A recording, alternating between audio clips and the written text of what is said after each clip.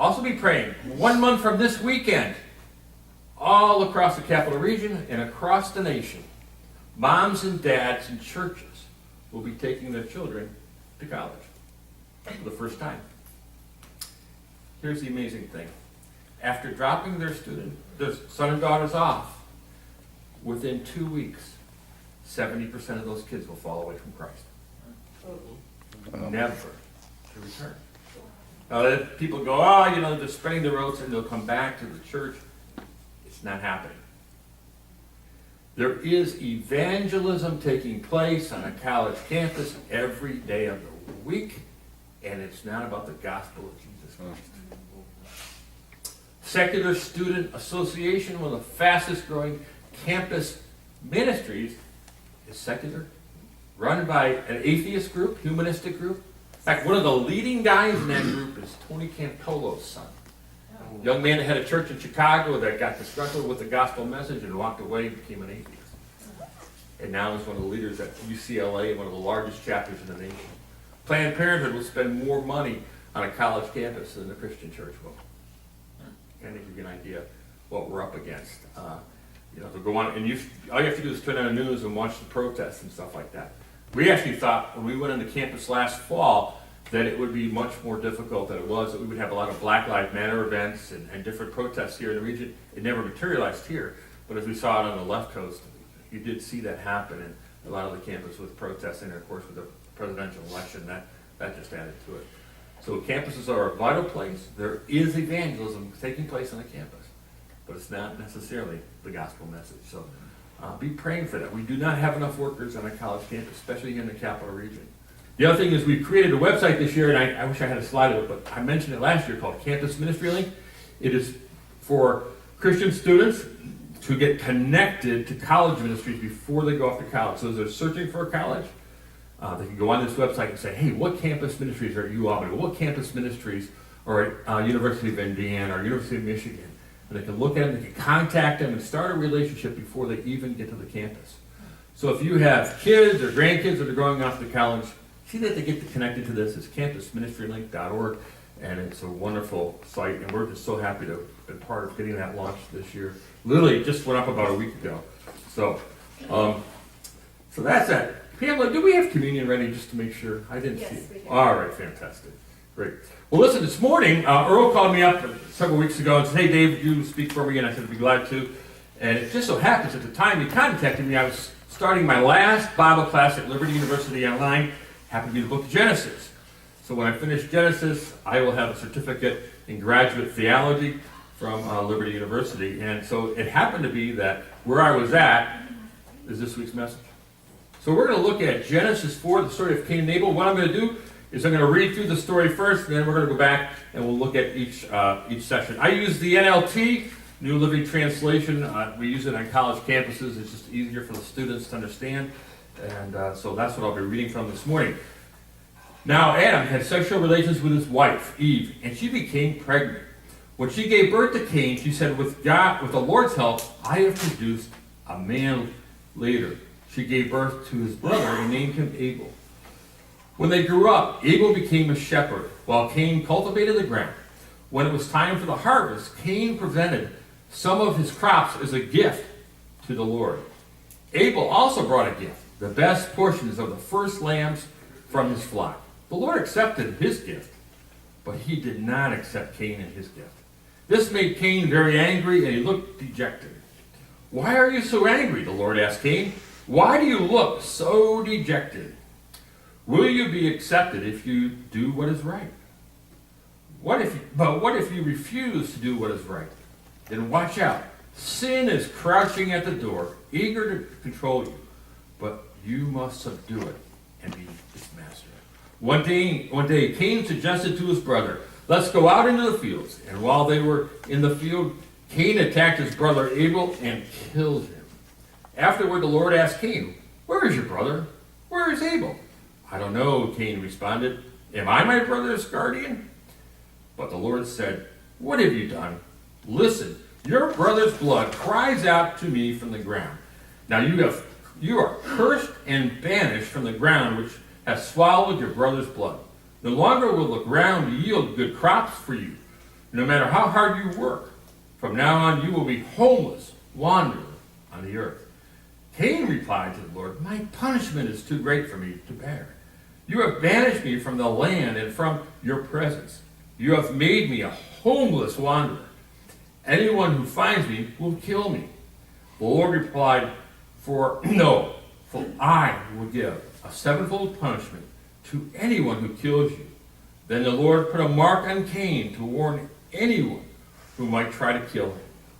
So Cain left the Lord's presence and settled in the land of Nod, east of Eden. Cain had sexual relations with his wife, and she became pregnant and gave birth to Enoch. Then Cain found a city, which he named Enoch, after his son. Enoch had a son named Arad. Arad became the father of Medulla, and Medulla became the father of Methuselah. Methuselah became the father of Lamech. Lamech married 2 women. The first was named Ahad, and the second was Zillah. Ahad gave birth to Jabal, who was the first of those who raised livestock and lived in tents. His brother's name was Jubal, the first of all who played the harp and flute. Lamech's other wife, Zillah, gave birth to a son named Tubal-Cain. He became an expert in forging tools of bronze and iron. Tubal-Cain had a sister named Naamah. One day, Lamech said to his wives, Ada and Zillah, hear my voice. Listen to me, you wives of Lamech. I have killed a man who attacked me, a young man who wounded me. If someone who kills Cain is punished 7 times, then the one who kills me will be punished 77 times. The birth of Seth. Adam had sexual relations with his wife again, and she gave birth to another son. She named him Seth, for she said, God has granted me another son in the place of Abel, whom Cain killed. When Seth grew up, he had a son and named him Enosh, and at that time, people first began to worship the Lord by name. Oh, man, this is an interesting setup. Well, let's look at verses 4. Start at Genesis 4. We'll go through 1 through 6. It's over here. This is really a fascinating story. We do not know in this story how old Cain and Abel were at the time of this story. Some believe it could be in their 30s. Some maybe even older. I think it's a far stretch to think that they're in their hundreds. But one thing we do know, when you look at Genesis 5 and Seth, when Seth was born, Adam and Eve were 130 years old. So they were definitely men. They were a little bit older. They were not teenagers. So they had an understanding. This is a story that I think is very condensed, because we really don't know what happens after chapter 3, which we finished up last week, and the start of this conflict between Cain and Abel. Did they worship God during that time? We assume they did. There's some thought that they actually provided sacrifices, that Adam and Eve took the boys and they had some type of sacrifice when they were worshiping the Lord. But we're not sure, because, again, we just don't have that type of detail. When you look at some of the old Jewish teachings of Talmud and things like that, they talk about there being a time of worship in that period that these boys were learning. But we're not sure. In these verses, there are several things that we learn. First off, the naming of the boys. Now, one of the things is, what does Cain's name mean? Well, Cain's name means acquired or given. And if you look at that scripture passage there, it said, Eve said she became pregnant when she gave birth to Cain. She said, with the Lord's help, I have produced a man. Now that kind of seems kind of odd, but what was Eve looking for? How did we finish up chapter 3 last week, right? They had been cursed. God said that you would bear what? Think about it. You would bear a seed that would bruise. Eve was excited because she bore a man. Why? Because she thought that was what God had promised. So she was looking for a divine person to come and fulfill what God had promised in the end of chapter 3. Abel's name. What does Abel's name mean? It means breath. Some people actually refer to it as frail. That Abel was a little bit weaker than his brother Cain. Now both of these guys were farmers. Right? One was a herdsman, herded sheep. Cain was a farmer that produced crops. And as we look at that passage, we continue through it, after she gave birth, the story takes us to When they grew up, Abel became a shepherd, while Cain cultivated the ground. And when it was time for the harvest, Cain presented some of his crops and a gift to the Lord. Abel also brought a gift, the best portions of the first lambs of his flock. The Lord accepted Abel's gift, but he rejected Cain's. Now the question is, why did God reject Cain's offering? And as I was studying this, in fact, I have to write a paper on this at the end of today, so take my notes and do a paper and put it in. But why did God get jealous at Cain? It doesn't make sense. Or let's see, why did he get jealous? Why did he not accept his offering? Well, some believe that Cain did not give forth his best effort. That he just grabbed the fruit that was at the ground, scooped it up, and said, "Hey, Lord, here it is." Some believe that it was because he did not offer a blood sacrifice.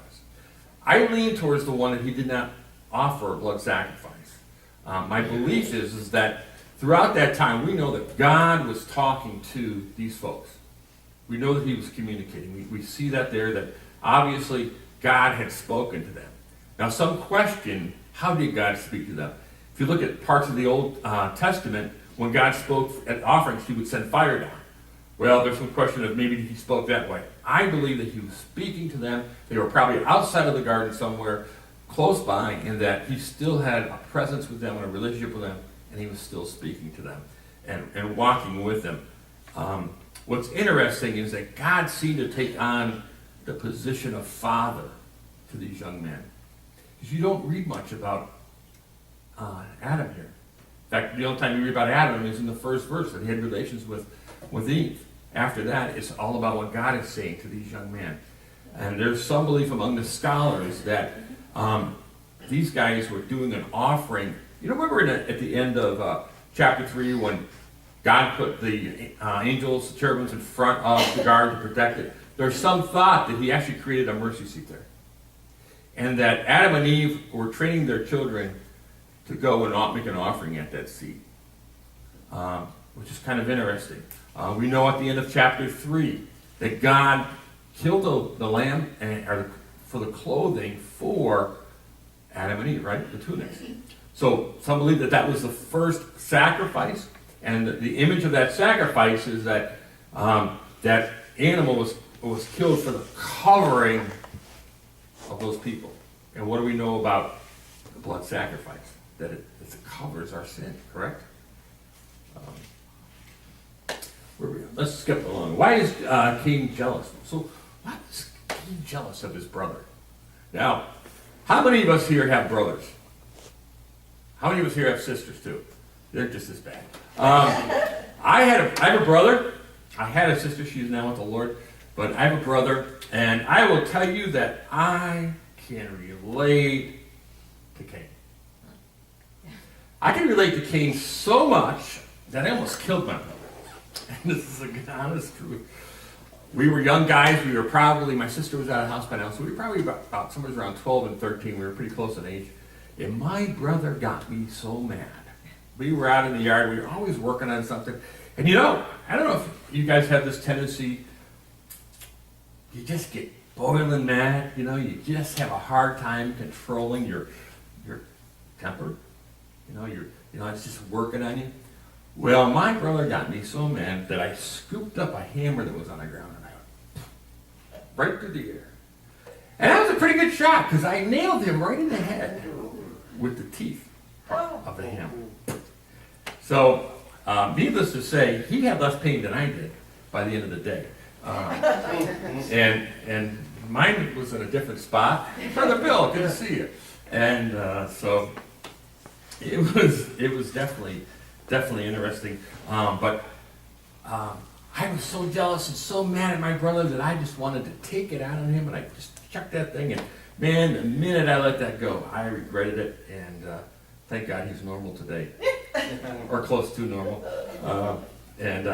It's funny, as I was preparing this message, all I could think about was that story. I'd forgotten about it. It was a long time ago. It was back in the 1975, 76. Confession's good for the soul. Yeah, it is. I guess it is. Yeah, right. So, but you ever have those moments when you just are so angry that you're just welling right up? And this is what was happening to Cain. And let's keep on moving through this. And so Cain was jealous because God had rejected his offering. Now, again, I think part of that rejection was that Cain had not taken and done a sacrifice. And my belief is he knew what he should have done, but he just scooped up something and said, hey, I'm going to take it to the Lord. And so he began to get jealous. You know, remember, Cain was an older brother. He was basically the firstborn. And there's something, and you know, as moms and dads, you understand that firstborn principle. And then you kind of get the younger one who's kind of spoiled, kind of gets all the attention. And, you know, it really just creates that rivalry. Pamela didn't have that problem. She was in the middle. We were cousins, by the way, so we've known each other a long time. And she was in the middle, so she didn't have that problem. But I did, because I was younger, and my brother and I were always competitive. But he was angry. So what does God say about sin? It's crouching at the door. And isn't that a powerful message about it, crouching at the door? Now let's be honest. We can raise our hands inside here, okay?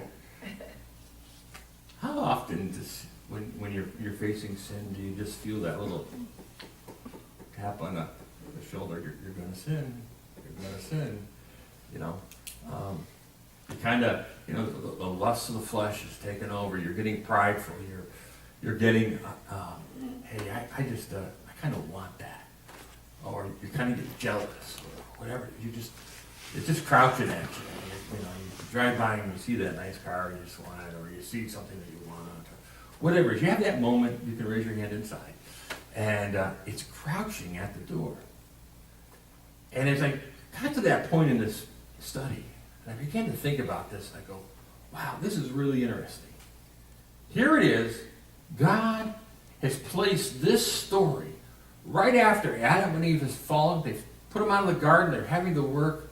And now we basically have a story of two young men on two different paths. And sin is the issue that Cain is struggling with. And the sin that he's struggling with is crouching at the door. It's knocking on him. It's just, ooh, it's pulling on him. You got to do this. You got to do this. You know, you got to do this. And it's almost pulling him toward you. I had a wonderful Sunday school teacher when I was growing up, husband and wife team, and she would say, honey, you need to run from sin. And she was so right, that when sin faced you, you needed to turn around and run the other direction, because it was just going to pull you in and pull you in. We see this on college campuses as we talk to young people. And one of the things we understand about the 70% of students that fall away from Christ is that it only takes one event, like they go to a party. You know, they're stuck in their dorm and they go to a party and they have a drink. And they're only 18 years old. And then it leads to something else, and next thing you know, they're overwhelmed with shame. And it was just that brief moment that sin just, you know, they were lonely, and it pulled them right in, instead of standing back and resisting it. And their lives are changed forever. One of the reasons why I love to work with this generation is that what happens between 18 and 30 sets the path for the rest of your life. The mistakes we make or the decisions we make can haunt us the rest of our life. How many times have you seen young people get married and divorced in their 20s and 30s? Or get married because they have to? Or they make a wrong job decision, where it takes a long time to get out of it. That's why I like to reach into that generation and work with them. Sin is crouching at the door, eager to control you. And what does God say? How do we control sin? That's a tough one. Because sin sometimes looks really good to us. God said, you must subdue it and you must master it, which is a daily process. I think in our Christian life, one of the things that we do that makes that very difficult is we go it alone. Men, if you're not in an accountability group where you can have that tough question asked on a weekly basis. Are you being faithful? Are you keeping your eyes pure? Are you doing the things you're doing? Are you studying God's Word? Are you keeping your finances clean? Are you paying your taxes?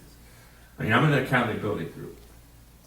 We encourage our students to be in an accountability group, whether it's one-on-one or 2 or 3 guys or 2 or 3 gals together, sitting down, talking about life issues and life challenges.